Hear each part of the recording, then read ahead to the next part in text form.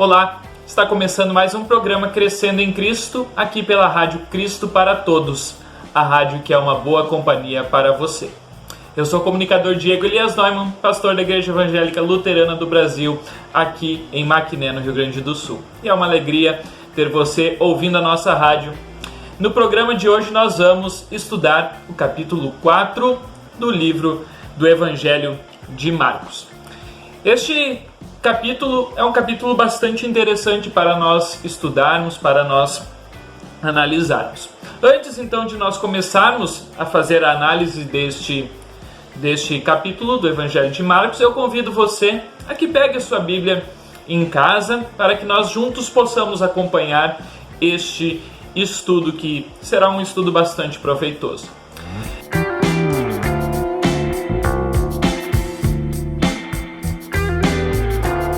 Para começar, eu gostaria de falar uns detalhes sobre o Evangelho de Marcos. O Evangelho de Marcos ele é um tanto diferente, podemos dizer assim, dos outros evangelhos. O Evangelho de Marcos é um evangelho mais prático, que mostra mais as ações de Jesus do que os ensinos. Se nós olharmos e percorrermos todo o Evangelho de Marcos, veremos que não tem muitos ensinamentos de Jesus como nos outros evangelhos, como em Mateus, como em Lucas ou até mesmo em João. O Evangelho de Marcos, então, é um evangelho que foca mais nos atos, nas ações de Jesus. Porém, o capítulo 4, o capítulo que nós iremos estudar no dia de hoje, ele, podemos dizer assim, ele foge um pouco disso. Por quê? Porque ele foca no ensino de Jesus. Ensino esse que ocorre através das parábolas, as tão conhecidas parábolas, que são histórias então que Jesus utilizava, histórias práticas do cotidiano das pessoas que elas iriam entender talvez com maior facilidade, os seus ensinos. E por isso Jesus então conta as parábolas para que através do ensino delas ele pudesse fazer atingir assim um maior número de pessoas através de ensinos bem comuns do cotidiano, do prático dos seus ouvintes. Nós vamos iniciar fazendo a leitura dos primeiros versículos, do versículo 1 e 2 do Evangelho de Marcos, que diz assim: Voltou Jesus a ensinar à beira-mar e reuniu-se numerosa multidão a ele, de modo que entrou num barco onde se assentou afastando-se da praia. E todo o povo estava à beira-mar na praia. Assim, lhes ensinava muitas coisas por parábolas, no decorrer do seu doutrinamento. Então aqui a gente vê, pela introdução até mesmo deste capítulo, que Jesus então começa a ensinar a multidão, as pessoas que o seguiam por parábolas. E a gente vai ver até mais para o final, no versículo 33 e 34, se vocês quiserem abrir, versículo 33 e 34, diz assim: E com muitas parábolas semelhantes lhes expunha a palavra, conforme o permitia a capacidade dos ouvintes. E sem parábolas não lhes falava. Tudo, porém, explicava em particular aos seus próprios discípulos. Ou seja, a primeira parábola que aqui é colocada em Marcos, ele aplica então essa parábola para a multidão. Já as outras parábolas que aqui estão, ele fala diretamente para os seus discípulos. Claro que Jesus queria, sim, com isso, talvez ensinar algo mais próprio para os seus discípulos, para o seu público-alvo. E algumas outras parábolas, onde ele queria atingir mais gente, parábolas talvez de mais fácil compreensão, ele assim o ensinava então para as multidões. Como é a primeira parábola do Evangelho, do capítulo 4 de Marcos, que é essa parábola tão conhecida que é a parábola do semeador. Nós conhecemos ela muito bem, por sinal. Mas antes de nós entrarmos no ensino dessas parábolas, eu gostaria de pegar um fato aqui bastante interessante, do contexto, para a gente entender um pouquinho essa parábola do semeador, que Jesus começa a ensinar ela, e antes de Jesus ensinar ela, Jesus estava à beira-mar, diz no versículo 1. Que mar era esse? O mar da Galileia, o mar bastante conhecido. E a multidão então começou a cercar Jesus. E Jesus então, para que a sua locução fosse melhor, para que ele atingisse mais pessoas, vejam, ele entra num barco, né? Ele entra num barco e se afasta da praia, se afasta das pessoas, da multidão para ensinar. Isso até chama a atenção, né? Por que Jesus entra num barco e vai para o meio do lago para poder ensinar essas parábolas? Porque se a gente olhar, né, a água é uma dissipadora do som. É como se fosse o alto-falante daquela época, né? Jesus não tinha os meios que nós temos hoje, microfone, caixa de som. E Jesus, então, para atingir toda aquela multidão que o seguia, ele entra para o meio do mar da Galileia e assim começa a ensinar, então, por parábolas a multidão. E é isso que nós vamos ver, então. Ele começa ensinando a parábola do semeador. Parábola bastante conhecida, né, que fala então que o semeador, né, a partir do versículo 13, ele diz: ouvi, eis que saiu o semeador a semear. A primeira parte das sementes caiu à beira do caminho, depois vieram as aves, comeram. A outra parte das sementes caiu em um solo rochoso, a terra era pouca, logo nasceu, visto não ser profunda a terra. Saindo, porém, o sol a queimou e porque não tinha raiz secou-se. Outra parte caiu entre os espinhos, e os espinhos cresceram e a sufocaram e não deu fruto. Outra, enfim, caiu em boa terra, deu fruto que vingou e cresceu, produzindo a 30, a 60 e a 100 por um. E acrescentou: quem tem ouvidos para ouvir, ouça. Então Jesus conta essa parábola para toda a multidão, né? Parábola essa do semeador, né? E aqui eu destaco, né, esta parábola é bastante conhecida, não vou entrar talvez em detalhes aqui a respeito da explicação dos diferentes tipos de solo em que a semente foi lançada, mas algo que chama a atenção nessa parábola em específico é que esse semeador é um agricultor um tanto quanto diferente, vamos dizer assim, né? Se fosse um agricultor normal, né, ele não lançaria a sua semente em solos rochosos, ele não lançaria a sua semente no meio do caminho, ele não lançaria a sua semente entre os espinhos, né? Um agricultor que se preze, ele iria lançar somente na terra boa, né? E isso chama a atenção. O que Jesus quer dizer com isso? Que esse semeador é um semeador um tanto quanto diferente. E talvez por isso ele termina dizendo: quem tem ouvidos para ouvir, ouça. É basicamente como se Jesus estivesse colocando uma pulga atrás da orelha, podemos dizer assim, daquela multidão. E as pessoas começassem a se perguntar: nossa, por que Jesus ensina e fala deste semeador que semeia em solos diferentes de um semeador normal? Quem é este semeador? E que semente é esta? Jesus coloca uma pulga atrás da orelha. E por isso ele diz: quem tem ouvidos para ouvir, ouça. Parece redundante? Sim, parece. Mas Jesus estava falando de algo mais profundo, né? Ou seja, quem quer realmente ouvir e escutar, ouça para aprender essa parábola. E aí vocês podem ver que a partir do versículo 10, ele então começa a explicar essa parábola para os seus discípulos. Quando ele fica só com os seus discípulos, então é que ele começa a explicar então essa parábola do semeador. E isso é um tanto quanto interessante para nós entendermos, né? Por que Jesus não explica essa parábola para a multidão? Porque Jesus queria fazer, estava primeiro lançando a isca, né? Porque primeiro preparando o solo, podemos dizer assim.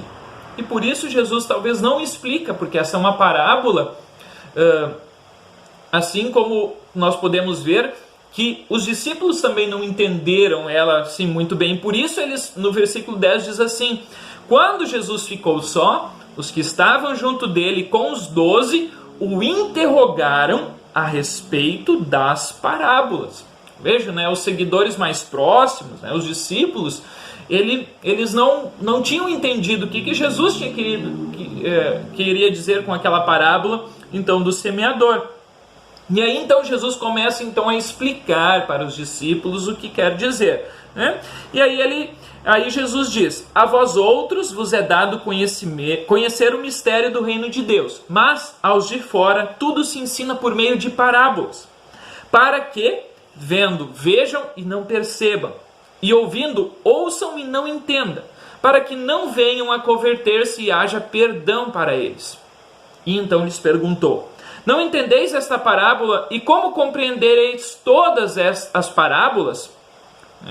Ou seja, Jesus diz assim, essa parábola aqui é uma parábola talvez de fácil entendimento. Como é que vocês vão entender talvez aquelas que forem mais complicadas?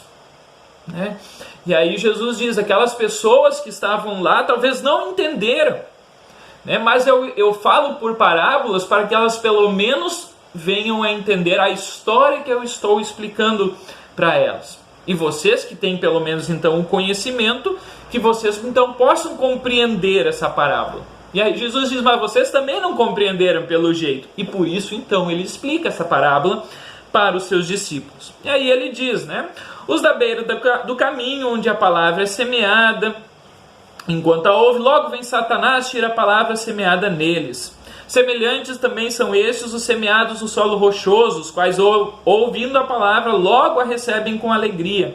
Mas eles não têm raiz em si mesmos, sendo antes de pouca duração. Em lhes chegando a angústia ou a perseguição por causa da palavra, logo se escandalizam. Os outros, os semeados entre os espinhos, são os que ouvem a palavra, mas os cuidados do mundo, a fascinação da riqueza e as demais ambições, concorrendo, sufocam a palavra, ficando ela infrutífera. Os que foram semeados em boa terra são aqueles que ouvem a palavra e a recebem, frutificando a 30, a 60 e a 100 por 1. Veja, Jesus aqui explica os diferentes tipos de solo, quem é que seriam, vamos dizer assim, os ouvintes, os receptores dessa parábola, Vamos dizer assim, de um modo geral, nós também somos, podemos dizer assim, esses 4 tipos de terreno que a palavra foi lançada. Todos nós passamos por diferentes situações, onde muitas vezes nós também somos sufocados, como pelos espinhos, ou somos muitas vezes até mesmo como um terreno infrutífero, como foi semeada aquela semente no solo rochoso, e até mesmo somos aquelas que caem pelo meio do caminho, Quando o diabo vem, ele nos tenta e a gente facilmente cai na tentação. Ou seja, a gente ouve a palavra de Deus e mesmo assim não guarda ela. Não guarda e cai facilmente nas tentações do diabo. E também muitas vezes nós somos como solo rochoso, aquele que frutifica. Mas aqui a minha intenção hoje não é explicar sobre as parábolas e nem o resultado dela, especialmente essa parábola do semeador. Mas a gente ver o que essas parábolas do capítulo 4 de Marcos elas têm em comum. Jesus conta então depois outra parábola, a chamada parábola da candeia, e diz, vem porventura a candeia ser posta debaixo do alqueire ou da cama? Não vem antes para ser colocada no velador? Pois nada está oculto senão para ser manifesto, e nada se faz escondido senão para ser revelado. Se alguém tem ouvidos para ouvir, então ouça. Ou seja, Jesus está aqui falando da parábola da candeia, que a gente não tem uma vela, e a gente deve esconder essa vela que a gente tem. Ela deve ser colocada no velador, ou seja, num lugar alto, para que ilumine todo o lugar, e tudo que está em oculto, está na escuridão, venha a ser revelado, venha a ser manifesto. Assim também é a palavra de Deus, a palavra de Jesus. O próprio Jesus, ele não deve ser oculto em nossas vidas, nós devemos manifestar ele, deve ser sempre colocado no lugar de destaque, para aquilo que está em oculto, venha a ser revelado.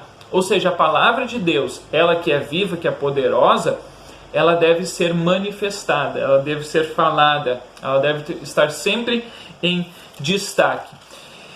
Vejam que as parábolas aqui contadas por Jesus no capítulo 4 falam exatamente sobre o poder da palavra, né? E em seguida Jesus fala então sobre a parábola da semente, né? Que ele diz assim: o reino de Deus é assim como se um homem lançasse a semente à terra, versículo 26. Depois dormisse, se levantasse de noite e de dia, e a semente germinasse e crescesse, não sabendo ele como. A terra por si mesma frutifica, primeiro a erva, depois a espiga e por fim o grão cheio na espiga.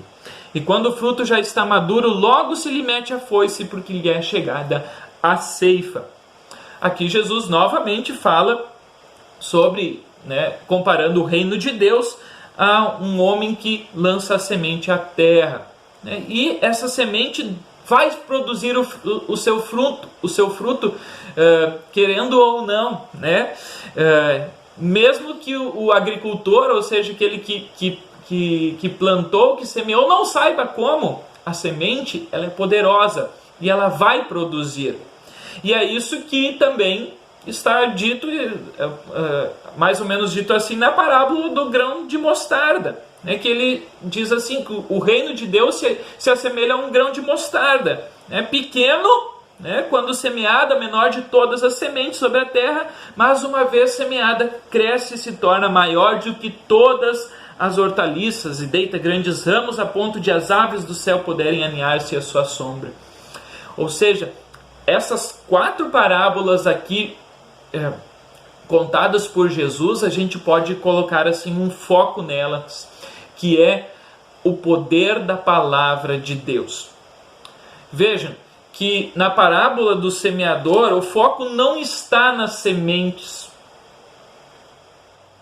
O foco não está nos solos onde a semente foi lançada. Também podemos dizer que o foco também talvez não seja nem o semeador, ou seja, aquele que joga a semente, porque aí a gente poderia dizer que o semeador talvez somos nós, o semeador talvez é o próprio Deus, o próprio Cristo, né, que semeia a palavra, né? Mas o foco está na semente. O foco está na semente. A semente, ela é poderosa. E mesmo em solo rochoso, em solo espinhoso, né, ela produz. E assim Jesus conta outras parábolas para também falar sobre este poder da palavra de Deus. O poder da semente. Ele fala da parábola da semente, depois da parábola do grão de mostarda, que são parábolas que destacam este poder da palavra de Deus. O poder da semente. E essa que deve ser semeada, essa que deve ser cultivada em nossas vidas, em nosso coração. É a palavra de Deus, que ela é viva, poderosa e eficaz, e ela produz os seus frutos. Frutos que nos conduzem à salvação e à vida eterna.